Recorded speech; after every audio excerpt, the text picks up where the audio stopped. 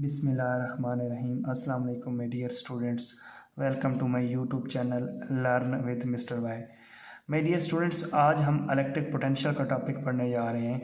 Electric potential की definition की तरफ आने से पहले एक बेसिक कंसेप्ट पढ़ते हैं इसके बारे।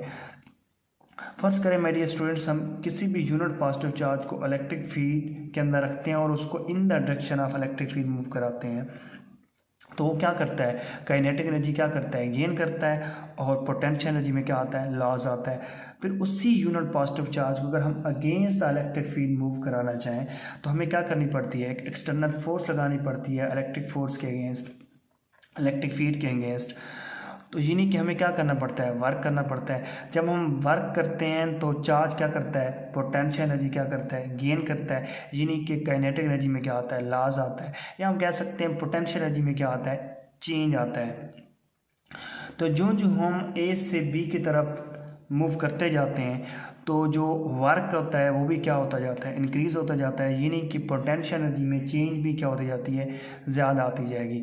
इसका मतलब है कि जो चेंज इन पोटेंशियल एनर्जी होता है वो किसके इक्वल होता है, कि जो हम वर्क करते हैं ए से बी की तरफ मूव करते हुए। आपको पता है कि जो पोटेंशियल एनर्जी में चेंज है वो किसके इक्वल होता है, you B minus U A, और ये किसके इक्वल आ गया, वर्क के इक्वल आ गया जो हम ए से बी मूव कर रहे हैं। जो पोटेंशियल एनर्जी में चेंज आ रहा है वो पर यूनिट जो चार्ज होता है वो इलेक्ट्रिक पोटेंशियल के बराबर होता है। या हम कह सकते हैं कि जो चेंज इन पोटेंशियल एनर्जी आपको पता है वर्क के इक्वल होती है, तो वर्क पर यूनिट चार्ज जो होता है वो किसके इक्वल होता है, इलेक्ट्रिक पोटेंशियल। तो माय डियर स्टूडेंट्स, यहाँ पे आप एक बात आपने नोट करनी है कि अगर आप चार्ज का मैग्नीट्यूड कम होगा या चार्ज का मैग्नीट्यूड ज़्यादा होगा, जो इलेक्ट्रिक पोटेंशियल होगा वो क्या होगा, सेम ही रहेगा। क्यों, क्योंकि अगर चार्ज कम होगा तो वर्क भी हमें क्या करना पड़ेगा, कम करना पड़ेगा। अगर चार्ज ज़्यादा होगा तो वर्क भी हमें क्या करना पड़ेगा, ज़्यादा करना पड़ेगा। लेकिन जो पोटेंशियल है, इलेक्ट्रिक पोटेंशियल, वो क्या रहता है, कॉन्स्टेंट रहता है। अब हम इलेक्ट्रिक या एब्सोल्यूट पोटेंशियल को डिफाइन कैसे करेंगे, कि किसी भी यूनिट पॉजिटिव चार्ज पे हम जो वर्क करते हैं उसको इलेक्ट्रिक फील्ड के अगेंस्ट मूव कराने के लिए किसी भी इन्फिनिटी पॉइंट से उस पॉइंट तक जहाँ पे हम चार्ज को लगा रहे हैं, वो वर्क और पर यूनिट चार्ज किसके बराबर होता है, इलेक्ट्रिक या एब्सोल्यूट पोटेंशियल के इक्वल होता है। अगर हम इसी तरह पोटेंशियल डिफरेंस की बात करते हैं तो जो हम किसी भी यूनिट पॉजिटिव पे वर्क कर रहे हैं, पॉजिटिव चार्ज पे अगर वर्क कर रहे हैं, किसी एक ख़ास पॉइंट से लेकर किसी दूसरे पॉइंट तक चार्ज मूव कराते हुए, चार्ज को इक्विलिब्रियम रखते हुए, वो वर्क और पर यूनिट चार्ज किसके बराबर होता है, पोटेंशियल डिफरेंस।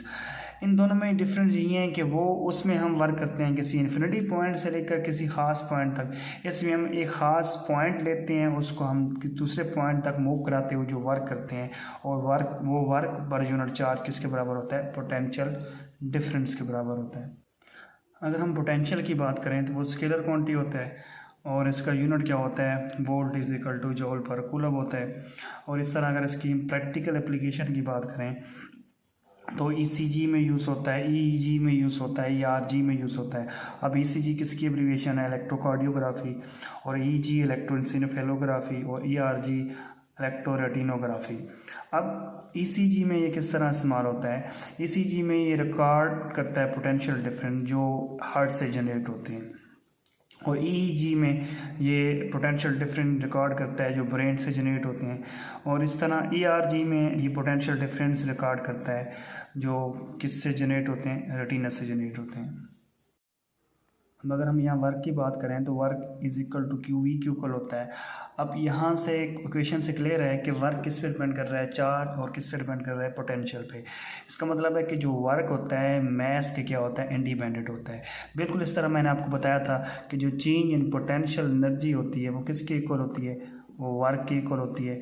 अगर वो वर्क के इक्वल होती है तो चेंज इन पोटेंशियल एनर्जी भी किसकी इक्वल होगी, क्यू वी क्यू इक्वल होगी, क्योंकि वर्क किसके बराबर है, क्यू वी के इक्वल। अब यहाँ से देखें जो चेंज इन पोटेंशियल एनर्जी वो भी किस पे डिपेंड कर रही है, चार्ज और पोटेंशियल पे। इसका मतलब है कि जो पोटेंशियल एनर्जी में चेंज है वो भी मैस के क्या होती है, इंडिपेंडेंट होती है। इस तरह अगर हम काइनेटिक एनर्जी चेंजिंग की बात करते हैं तो वो भी किसके बराबर होती है, क्यू वी के इक्वल होती है, क्योंकि according to work energy principle भी आप पढ़ चुके हैं कि जो चेंज इन पोटेंशियल एनर्जी, जो चेंज इन काइनेटिक एनर्जी होती है वो किसके इक्वल होती है, वर्क की इक्वल होती है। अब यहाँ से भी नज़र आ रहा है कि जो चेंज इन काइनेटिक एनर्जी है वो भी क्या होती है, मैस के इंडिपेंडेंट होती है। अगर हम स्पीड गेन की बात करें कि जब किसी भी पार्टिकल को हम एक्सलेट कराते हैं किसी भी पोटेंशियल डिफरेंस, फर्ज करें v के साथ, हम v पोटेंशियल डिफरेंस के साथ पार्टिकल को एक्सलेट कराते हैं तो आपको पता है कि फिर काइनेटिक एनर्जी किसके इक्वल आ जाएगी, 1/2 mv का square is equal to qv। अब यहाँ पे v पोटेंशियल डिफरेंस है, ये क्या है, स्पीड है। अब देखें अगर यहाँ से अब v निकालें तो हमारे पास क्या आ जाता है answer, 2qv potential over m का अंडर रूट। अब देखिए यहाँ पे इसका मतलब स्पीड है, चार्ज पे डिपेंड कर रही है, चार्ज के स्क्वायर रूट के डायरेक्टली प्रोपोर्शन है। इस तरह पोटेंशियल के स्क्वायर रूट के क्या है, डायरेक्टली प्रोपोर्शन है, और मैस के स्क्वायर रूट की क्या होती है, इनवर्सली प्रोपोर्शन होती है।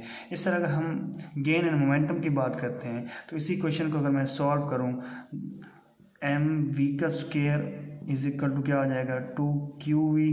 अगर हम m दोनों तरफ से क्या कर दें, दोनों तरफ मल्टीप्लाई कर दें तो क्या आ जाएगा हमारे पास, 2mqv, और यहाँ पे mv किसके बराबर आ जाएगा, 2mqv का अंडर रूट। तो ये हमारे पास मोमेंटम गेन की क्वेश्चन आ गई। अब यहाँ से गेन एंड मोमेंटम की अगर बात करते हैं तो एक मैस के स्क्वायर रूट की क्या आ रहा है, डायरेक्टली प्रोपोर्शन आ रहा है, और चार्ज के स्क्वायर रूट की क्या आ रहा है, डायरेक्टली प्रोपोर्शन आ रहा है। बिल्कुल पोटेंशियल की बात करते हैं तो पोटेंशियल के स्क्वायर रूट की क्या आ रहा है, डायरेक्टली प्रोपोर्शन आ रहा है। अब इसके रिलेटेड कुछ एग्जांपल देख लेते हैं। अगर फर्स्ट एग्जांपल की मैं बात करूं, इसमें क्या कह रहा है, if an electron and proton are accelerated to same potential difference then which of the following is true.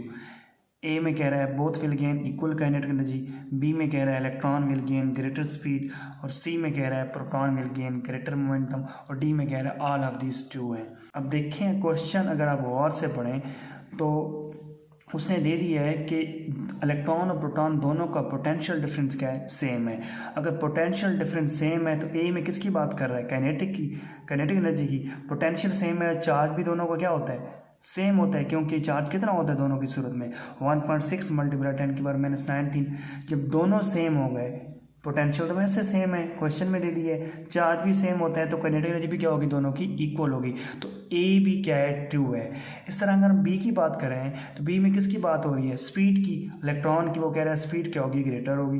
देख लेते हैं, स्पीड मैस का क्या होती है, इनवर्सली प्रोपोर्शन होती है। और अब मैस इलेक्ट्रॉन का क्या होता है, प्रोटॉन की निस्बत कम होता है। अगर मैस प्रोटॉन इलेक्ट्रॉन का क्या होगा, कम होगा, तो स्पीड इलेक्ट्रॉन की क्या होगी, ज़्यादा होगी। तो बी जूस भी क्या है, ट्रू है। इस तरह सी में बात कर रहे हैं मोमेंटम की, कि प्रोटॉन का मोमेंटम क्या होगा, ज़्यादा होगा। देखें मोमेंटम मैस के क्या होती है, डायरेक्टली प्रोपोर्शन होती है, और प्रोटॉन का मैस क्या होता है, इलेक्ट्रॉन की निस्बत ज़्यादा होता है, तो मोमेंटम भी क्या होगा, ज़्यादा होगा। अब इसका मतलब है तीनों जो क्या हैं, ट्रू हैं, तो इसका आंसर क्या बनेगा, ऑल ऑफ दीस। इसी तरह अगर दूसरी एग्जाम्पल की हम बात करें तो इसमें क्या कर रहा है, वही क्वेश्चन है कि अगर इलेक्ट्रॉन प्रोटॉन एक्सलेट करा रहे हैं हम थ्रू सेम पोटेंशियल डिफरेंस, तो क्या चीज़ मोमेंटम ज़्यादा गेन करेगी, किसका मोमेंटम ज़्यादा होगा, इलेक्ट्रॉन का, प्रोटॉन का, दोनों का, या कोई भी नहीं। अब देखिए मोमेंटम की बात हो रही है तो मोमेंटम किसके डायरेक्टली प्रोपोर्शन होता है, मैस के, क्योंकि पोटेंशियल और चार्ज तो क्या होते हैं, सेम होते हैं। पोटेंशियल दे दिया क्वेश्चन में उसने, चार्ज वैसे सेम होता है, और मैस के क्या होता है, मोमेंटम डायरेक्टली प्रोपोर्शन होता है। अब मैस किसका ज़्यादा होगा, प्रोटॉन का मैस क्या होता है, ज़्यादा होता है, तो मोमेंटम भी प्रोटॉन का क्या होगा, ज़्यादा होगा। इसलिए हम कह सकते हैं कि प्रोटॉन मोमेंटम क्या करेगा, ज़्यादा गेन करेगा।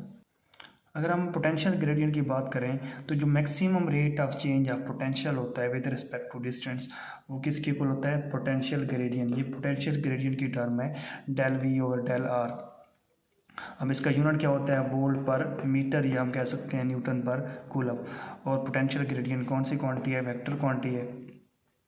अगर हम इलेक्ट्रिक फील्ड की बात करें तो इलेक्ट्रिक फील्ड किसके बराबर होता है, नेगेटिव ऑफ पोटेंशियल ग्रेडियंट। अब नेगेटिव साइन यहाँ पे क्या शो कर रहा है, नेगेटिव साइन यहाँ पे शो कर रहा है कि जो ई है अलॉन्ग द डिक्रीजिंग पोटेंशियल है, या हम कह सकते हैं जो ई है हाई पोटेंशियल से किधर है, लो पोटेंशियल है। अब अगर हम यूनिट की बात करते हैं तो इलेक्ट्रिक फील्ड इंटेंसिटी और पोटेंशियल ग्रेडियंट के यूनिट क्या होते हैं, सेम होते हैं। क्योंकि पोटेंशियल ग्रेडियंट का यूनिट भी मैंने वोल्ट पर मीटर बताया है और इलेक्ट्रिक फील्ड इंटेंसिटी का यूनिट भी क्या बताया, वोल्ट पर मीटर बताया है। अब यहाँ से अगर देखें इलेक्ट्रिक फील्ड अगर जीरो है तो चेंज इन पोटेंशियल भी क्या हो जाएगा, ज़ीरो हो जाएगा, या हम कह सकते हैं पोटेंशियल क्या हो जाएगा, कांस्टेंट हो जाएगा। इसी तरह अगर हम मूव कर रहे हैं in the direction of electric field, यानी कि पॉजिटिव से नेगेटिव मूव कर रहे हैं, नेगेटिव की तरफ मूव कर रहे हैं, तो पोटेंशियल क्या हो रहा है, डिक्रीज हो रहा है। क्योंकि नेगेटिव साइन, नेगेटिव प्लेट का पोटेंशियल क्या होता है, कम होता है, और पॉजिटिव का पोटेंशियल क्या होता है, ज़्यादा होता है। इस तरह अगर हम opposite direction of electric field move कर रहे हैं तो पोटेंशियल क्या हो रहा है, इंक्रीज होगा। अगर हम perpendicular direction of electric field move कर रहे हैं तो पोटेंशियल क्या होगा, सेम होगा। अब हम इक्वी पोटेंशियल सरफेस की बात करते हैं। इक्वी पोटेंशियल सरफेस ऐसी सरफेस होती है जिसके हर पॉइंट पे सेम पोटेंशियल होता है। अब फर्ज करते हैं कि ये दो सरफेस हमारे पास हैं। इस पहली सरफेस पे मैं एक पॉइंट ए ले लेता हूँ, दूसरा बी ले लेता हूँ। अब देखें दोनों ए और बी पॉइंट्स एक ही सरफेस पे वाक़ हैं, तो इक्वी पोटेंशियल सरफेस की डेफिनेशन के मुताबिक अगर कोई भी दो पॉइंट एक ही सरफेस पे वाक़ होंगे तो उनका पोटेंशियल क्या होगा, सेम होगा। अगर दोनों का पोटेंशियल सेम है तो चेंज पोटेंशियल में क्या आ जाएगी, ज़ीरो आ जाएगी। तो ए बी जो पॉइंट्स वाक़ हैं सरफेस पे, इस तरह वर्क ए बी का क्या आ जाएगा, वो भी क्या आ जाएगा, ज़ीरो आ जाएगा। इस तरह अगर हम दूसरी सरफेस की बात करते हैं, एक पॉइंट मैं ले लेता हूँ सी, एक ले लेता हूँ डी। अब दोनों पॉइंट सी और डी एक ही सरफेस पे वाक़ हैं तो इनका पोटेंशियल भी क्या होगा, सेम ही होगा।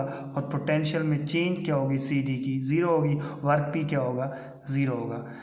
लेकिन अगर हम ए और सी पॉइंट की बात करते हैं तो इस यहाँ पे जो पोटेंशियल में चेंज है वो ज़ीरो की इक्वल नहीं होगी। क्यों, ए अलग सरफेस पे वाक़ है और जो सी है दूसरी सरफेस पे रखा हुआ है, तो इसलिए इन दोनों का पोटेंशियल जो चेंज पोटेंशियल है ज़ीरो नहीं होगा, क्योंकि दोनों पोटेंशियल सेम नहीं होंगी, क्योंकि टू डिफरेंट सरफेस पे वाक़ हैं।